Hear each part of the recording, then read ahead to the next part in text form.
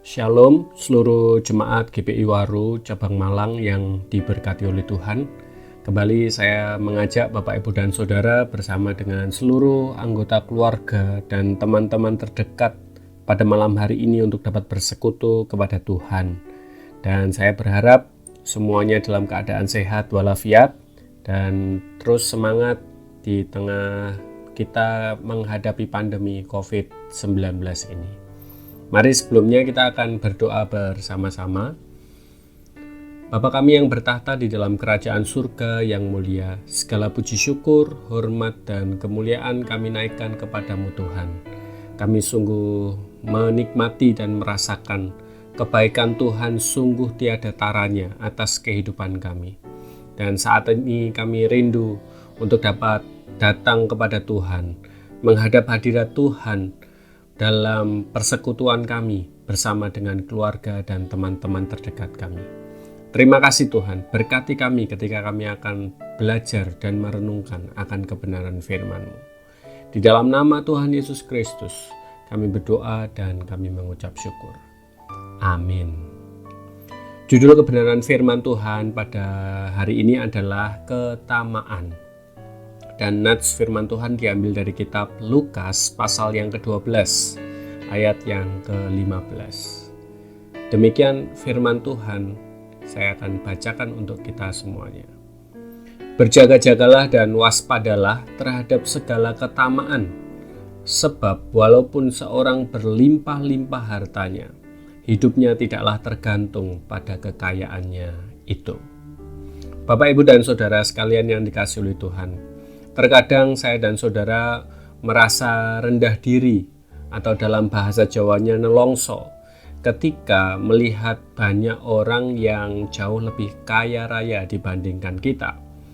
Orang yang kaya hidupnya terlihat enak dan terpandang. Penampilannya tidak memalukan, tidak terlihat melas. Meskipun ada orang yang sebenarnya kaya raya tetapi penampilannya memelas. Tetapi andai kata ada orang kaya yang berpenampilan memelas, tetapi tetap diketahui bahwa ia adalah orang yang kaya. Namun sebaliknya, jika ada orang yang miskin tetapi berpenampilan seolah-olah orang kaya, tetapi akhirnya tetap diketahui juga bahwa keadaan sebenarnya dari orang tersebut adalah miskin. Memang menjadi orang yang kaya itu bagus dan tidak salah. Siapa yang tidak senang menjadi orang yang kaya raya? Sebab ketika kita memiliki uang atau kekayaan yang berlimpah, kita pasti bisa menikmati segala macam kenikmatan duniawi yang saya dan saudara inginkan. Mau membangun rumah yang megah, kita bisa melakukannya. Mau membeli mobil yang mewah, apalagi kita akan mudah mendapatkannya. Mau makan makanan yang lezat, tinggal beli saja. Mau melancong ke berbagai tempat yang indah yang ada di seluruh pelosok dunia, kita pun dapat melakukannya. Dan apapun hal-hal yang lain yang kita inginkan, kita pasti bisa. Kemudian sebaliknya, siapa yang ingin menjadi orang yang miskin? Sebab menjadi orang miskin itu sering terpinggirkan. Apalagi ketika kita menginginkan segala sesuatu belum tentu pasti bisa. Karena mungkin kita tidak punya uang atau kekayaan. Bahkan untuk memenuhi kebutuhan makan besok pagi saja belum tentu ada kepastian. Oleh karena itu, ada ungkapan yang menunjukkan perbedaan yang mencolok antara orang kaya dan orang miskin mengenai kebutuhan makanan. Orang kaya bertanya, besok makan apa dan di mana?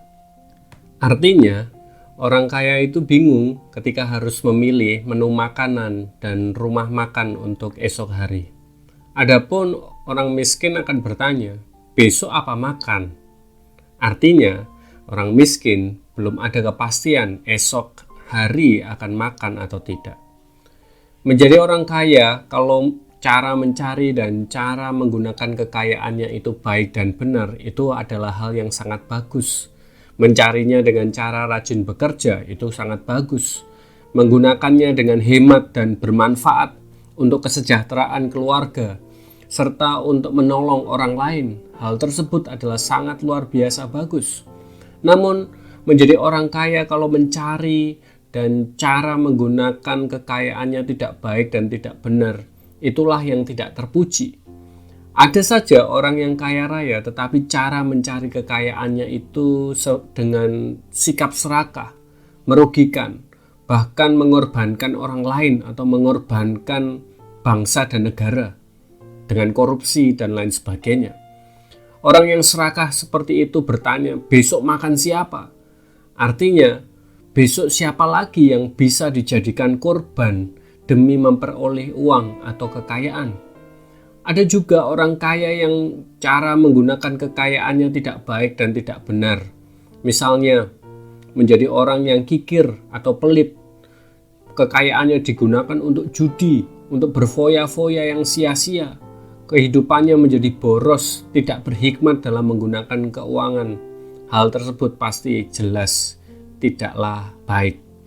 Bapak, Ibu, dan saudara sekalian yang dikasihi oleh Tuhan, sikap tamak dapat membuat seseorang mencari uang atau kekayaan dengan cara yang tidak benar. Misalnya, orang bisa curang ketika berbagi warisan dengan saudaranya. Tuhan Yesus pernah dimintai tolong seseorang mengenai warisan. Ada di dalam kitab Lukas pasal yang ke-12 ayat yang ke-13. Firman Tuhan mengatakan demikian. Guru, katakanlah kepada saudaraku supaya ia berbagi warisan dengan aku. Namun Tuhan Yesus menjawab kepada orang tersebut, saudara, siapakah yang telah mengangkat aku menjadi hakim atau pengantara atas kamu?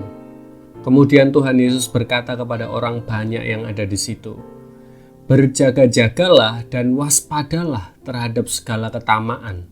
Sebab walaupun seseorang berlimpah-limpah hartanya, hidupnya tidaklah tergantung pada kekayaannya itu. Memang dalam kisah yang diceritakan dalam kitab Lukas ini tidak dikatakan dengan jelas bahwa di antara mereka yang berbagi warisan itu ada yang curang. Namun peringatan yang diberikan oleh Tuhan Yesus Kristus agar waspada terhadap ketamaan itu sangat penting. Sebab ketamaan itu bisa mendorong seseorang untuk dapat mencari uang atau kekayaan dengan cara yang tidak baik dan tidak benar. Menarik juga apa yang dikatakan Rasul Paulus dalam suratnya yang dikirim kepada Timotius. Tetapi mereka yang ingin kaya terjatuh ke dalam pencobaan, ke dalam jerat, dan ke dalam berbagai-bagai nafsu yang hampa dan mencelakakan, yang menenggelamkan manusia ke dalam keruntuhan dan kebinasaan. Ada di dalam kitab 1 Timotius pasal yang ke-6 ayat yang ke-9. Tuhan Yesus juga memberikan peringatan bahwa walaupun orang kaya raya berlimpah hartanya, hidupnya tidak tergantung pada kekayaannya itu. Untuk memperjelas peringatannya itu, Tuhan Yesus kemudian menceritakan sebuah perumpamaan. Ada seorang yang kaya yang tanahnya berlimpah-limpah hasilnya.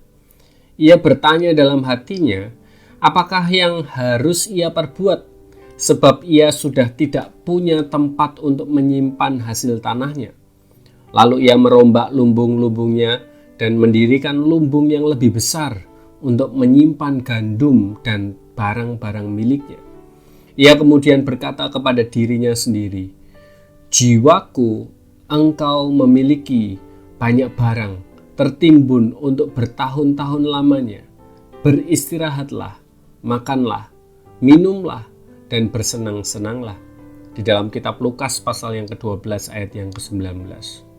Kemudian firman Tuhan kepadanya, hai engkau orang bodoh, pada malam ini juga jiwamu akan diambil darimu, dan apa yang telah kau sediakan untuk siapakah itu nanti.